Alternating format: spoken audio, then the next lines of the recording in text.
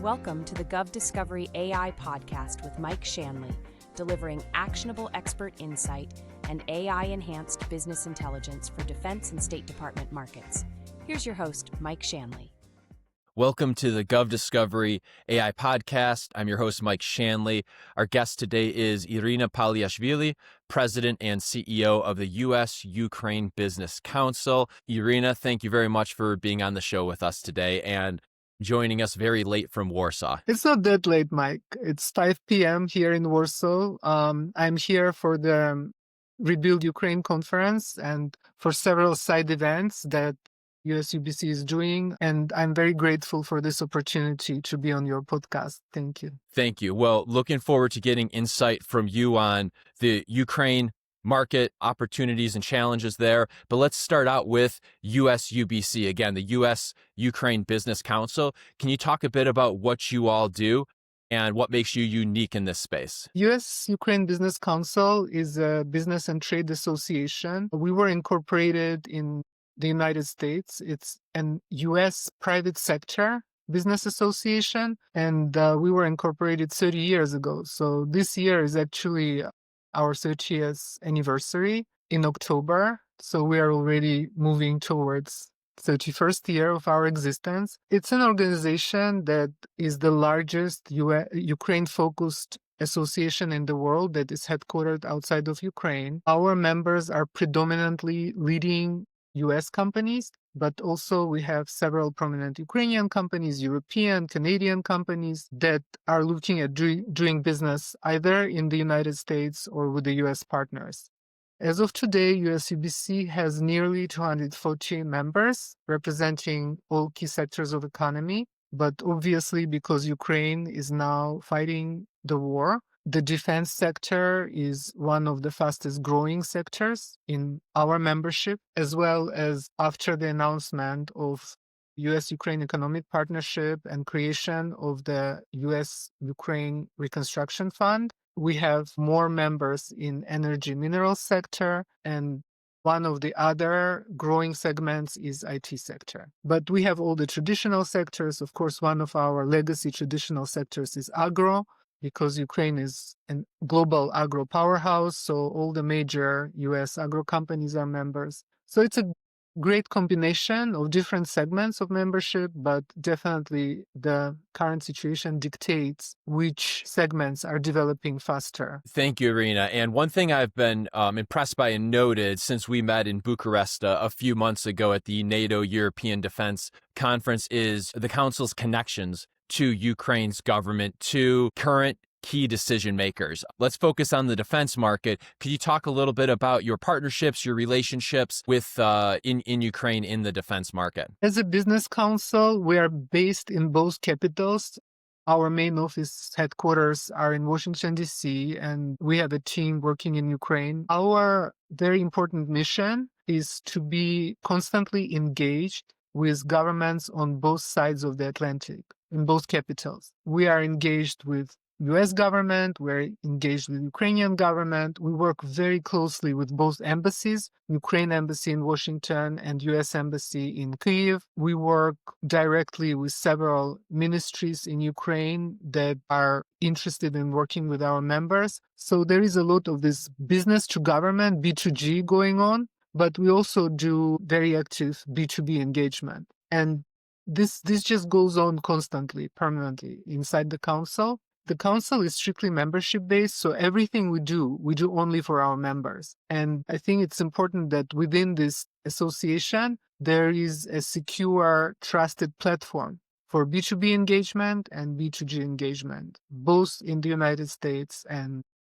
in Ukraine. And one of our key strategic new, I would say, directions is European level engagement, just because how you can see in Ukraine an active participation of EU companies coming from European Union space, and they want to work with US private sector. So we want them to work together and we want to introduce them to each other. So this is our important new direction, European level engagement as well. So what we often hear about is the long list of companies, of organizations that want to test their solutions in Ukraine, that want to be part of Ukraine's defense, that want to do the battlefield testing and get the certification to demonstrate the effectiveness of their solutions. Could you talk a little bit about what that, for some listeners that might not even be familiar with that process at all, what the current state is of that for an organization with no connections?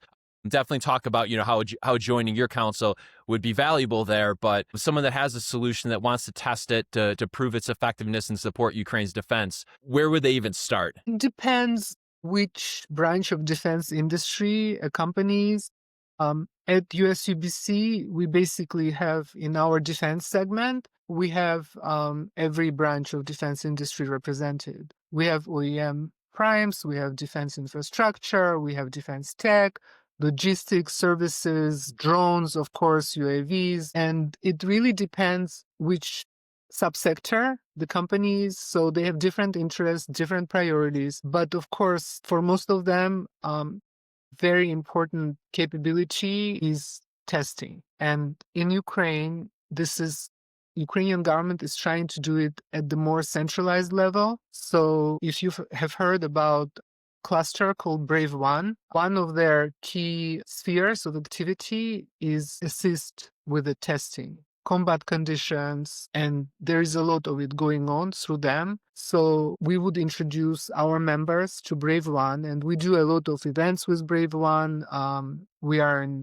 direct touch with their leadership, just had a conference call a couple of days ago, and what they are looking at, Brave1, they're looking at more and more US companies coming to Ukraine to utilize this opportunity for testing. So, of course, we are informing our members of this potential, but Brave1 is looking at a much broader engagement with international companies, and we will be supporting them in their plans to do events outside of Ukraine, in the United States, as well as in Ukraine. But because of the war conditions, not all US companies may travel to Ukraine. There are all kinds of internal corporate restrictions. So that's why Brave1 will be doing events in Poland, in the United States, and we will be supporting them in that. So that's an interesting point. And every time I'm talking with either our connections in Ukraine or other officials, the first thing they say is, if you want to support Ukraine, come to Ukraine, be in Ukraine, be on the ground. Irina, do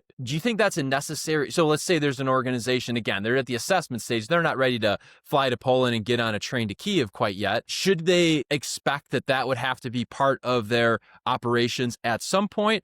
Or is it possible to find partners through, USUBC, for example, and run the full testing and market entry process that way? You can do both. Our members do both. Like, we have members who travel regularly to Ukraine. We are talking about specifically defense sector right now. Yes. We have members who are opening representative offices in Ukraine. We have members who are preparing co-production in Ukraine. And we have members who don't travel because of internal restrictions, of other reasons. That's why such entities as Brave1 decided also to go outside of Ukraine to capture this segment of international companies that are not ready to travel to Ukraine, but still can offer interesting business solutions, technology, joint co-production. Some Ukrainian companies are looking at co-production outside of Ukraine.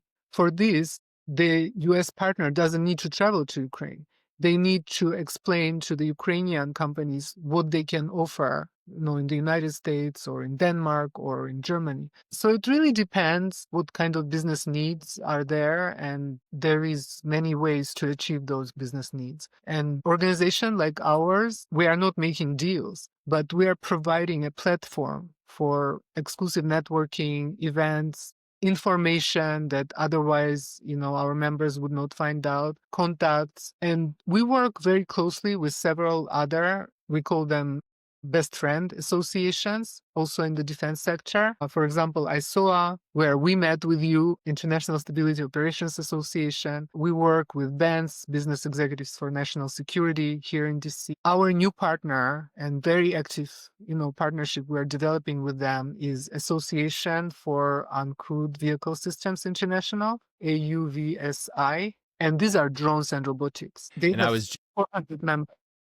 just at their annual their annual defense conference last week. It was a 2-day event they hosted in DC. Definitely Ukraine was top of mind of just about every conversation there. Right. So, there's a lot of synergy between what we are doing and what they are doing. So we have a pretty robust program that we want to pursue with them, joint events, visits, etc. We are partnering on some events with the Institute for the Study of War, which is an extremely important analytical center. So I think these connections outside of our association with other associations are as important as government engagement or business to business, because it's by extension, our members benefit from what other associations are offering, and their members benefit from what we can offer. Are you able to share any case studies of some of your members and how they have found success in supporting Ukraine's defense? Definitely, we have seen a lot of success, and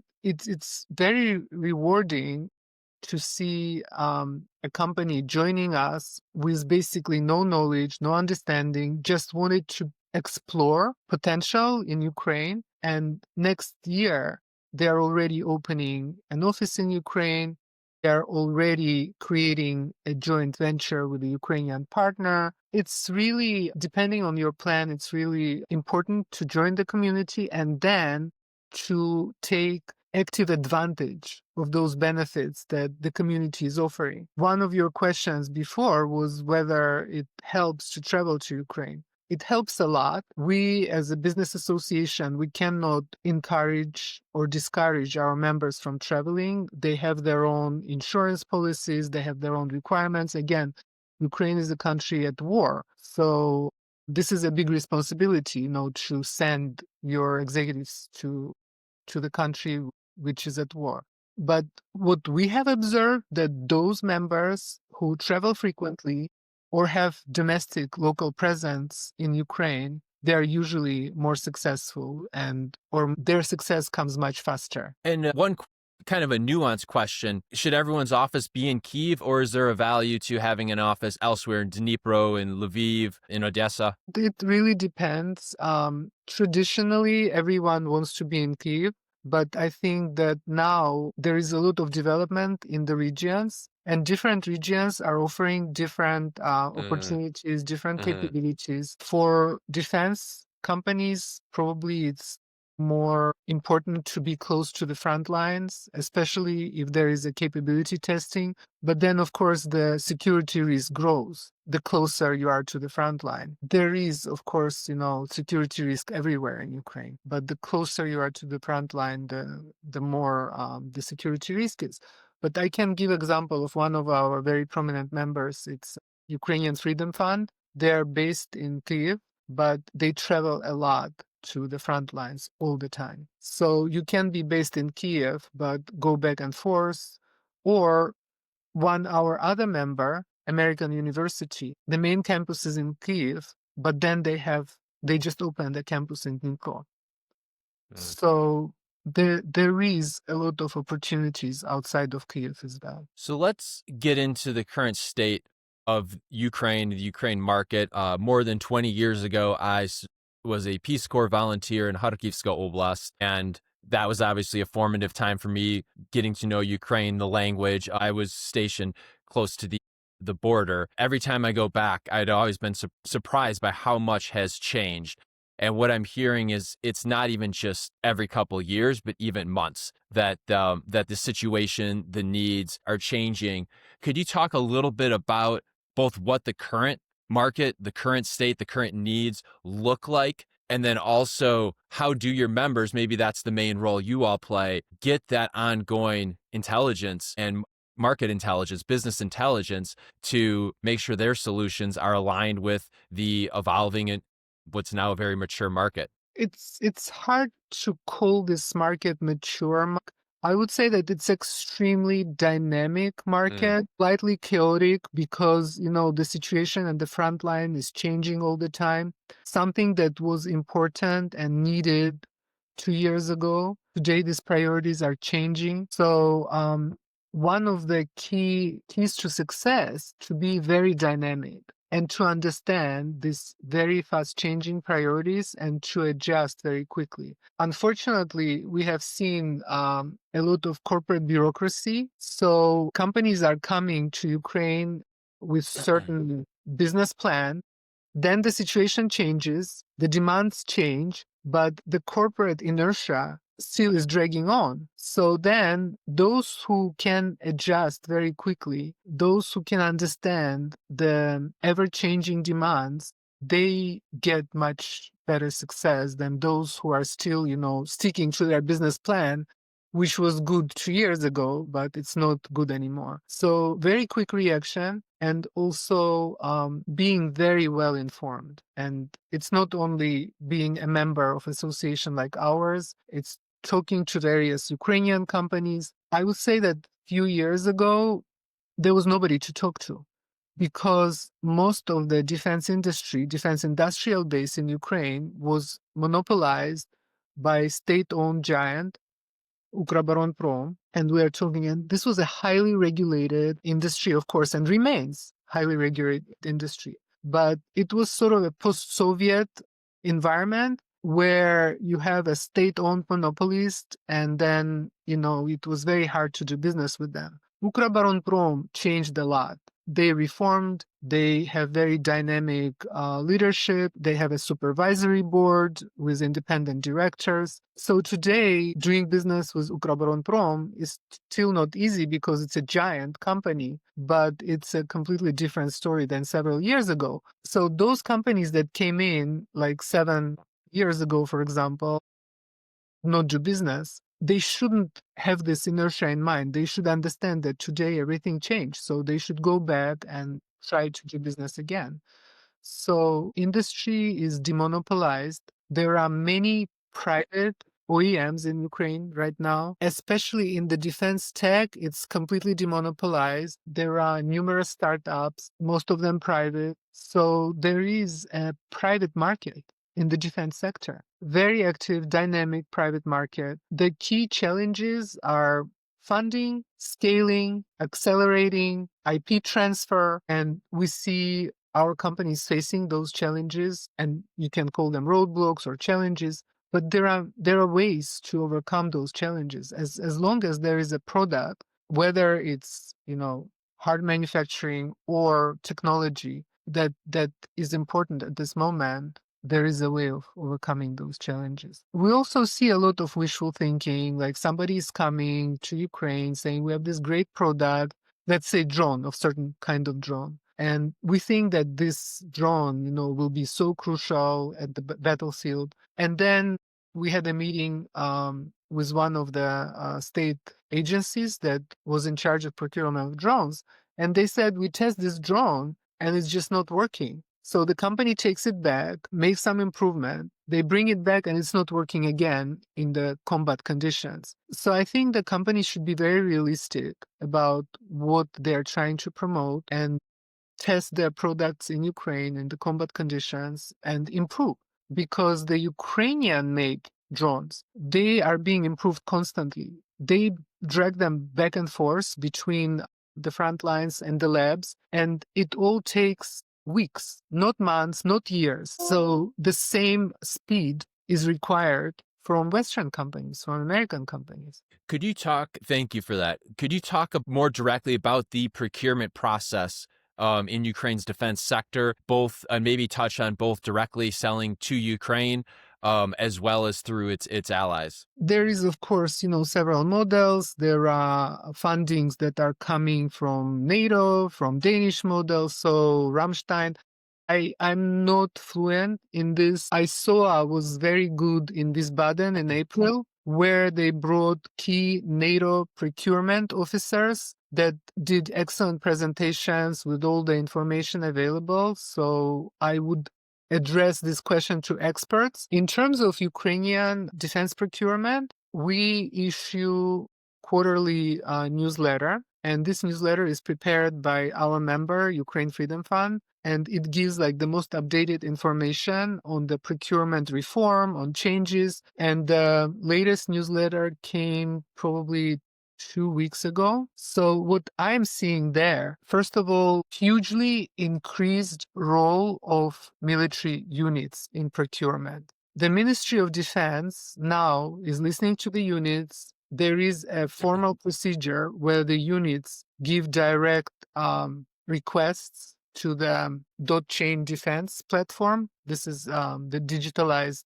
it's like Amazon. They call it Amazon of defense. So this is the main direction of the defense procurement in Ukraine, that the brigades, the military units, basically tell the Ministry of Defense what they want. That's a big change, because even a couple of years ago, we were seeing the civil servants at the Ministry of Defense like basically telling the front what they need. Now it's a complete opposite change, which is excellent, because our members now understand not what in general is needed, but what is needed at the front lines. And a lot of testing is going on, so it's a much faster system. And this reform brought the delivery time from months or years to basically weeks. In the newsletter, we gave some examples of fast deliveries, and some of them by Ukrainian drone manufacturers. The delivery time sometimes is like 8 days, which is really extremely fast. So I would encourage our members in the defense sector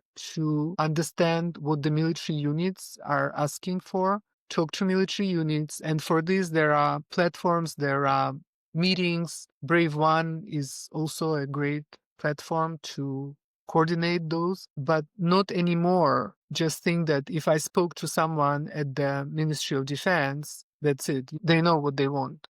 And Irina, sorry. The same with Brave1, by the way. And Brave1 is a separate, they have their own separate marketplace, and they're in parallel with the Ministry of Defense, the DOT-Chain Defense, but they're coordinating now. So that's also good news, because there is a coordination going on. And that's exactly our approach with supporting clients with the market entry for defense testing, is maintaining the connections, not just at the senior levels within at the Ministry of Defense, but at the battlefield level, to understand what are the current needs. As we wrap up, I do have one more question, then we'll get into how our audience can join your business council. Are there any other roadblocks or misperceptions? You talk about both the internal bureaucracy of the organization, the company coming to Ukraine, the dynamic environment there. Corruption is something that comes up in anyone that's done business in Ukraine 10, 20, 30 years ago. Could you touch on that, or any other misperceptions about doing business in Ukraine? Of course, when you have such a dynamic market, there are a lot of misunderstandings. Some of the companies come to Ukraine with a very sort of predetermined mindset. And when they understand how quickly they have to react, how dynamic and sometimes, as I said, chaotic the market is, that's discouraging for them. They just get lost. They are used to a much more structured market. So the mindset needs to be prepared and needs to be flexible, and needs to respond to the demands of the market very quickly. I'm a lawyer, a lifelong career in law, in private practice. But also I'm observing that when US companies go into any other market, start with hiring lawyers, with understanding the legal environment. When they come to Ukraine, they don't expect that this is necessary. And it is necessary, because coming into foreign market anywhere, and especially in Ukraine, which is a country at war, and it's a pretty developed legal system. It's a pretty mature, bureaucratic system, regulatory system, especially in the defense sector, IP protection. So it's really important to talk to lawyers, to talk to financial advisors, to understand the tax situation, instead of just coming in with a product and expecting that, you can do business without really understanding where you are and what you are doing. So our advice, we have a pretty good segment of law firms in USUBC, which is mostly Ukrainian, very reputable law firms. So when our members are coming in, we just give them the list. Go talk to all of them or choose which one you want. But don't assume that you come to Ukrainian market and you can do whatever you want. It's not a wild east anymore. It's a pretty structured legal system. So that's the advice that we're usually giving to our members. Well, with that, how can our listeners learn more about USUBC and become members and attend? Maybe talk about a couple of your upcoming events that you have with U.S. government, with some of the other government, with the Ukrainian officials too.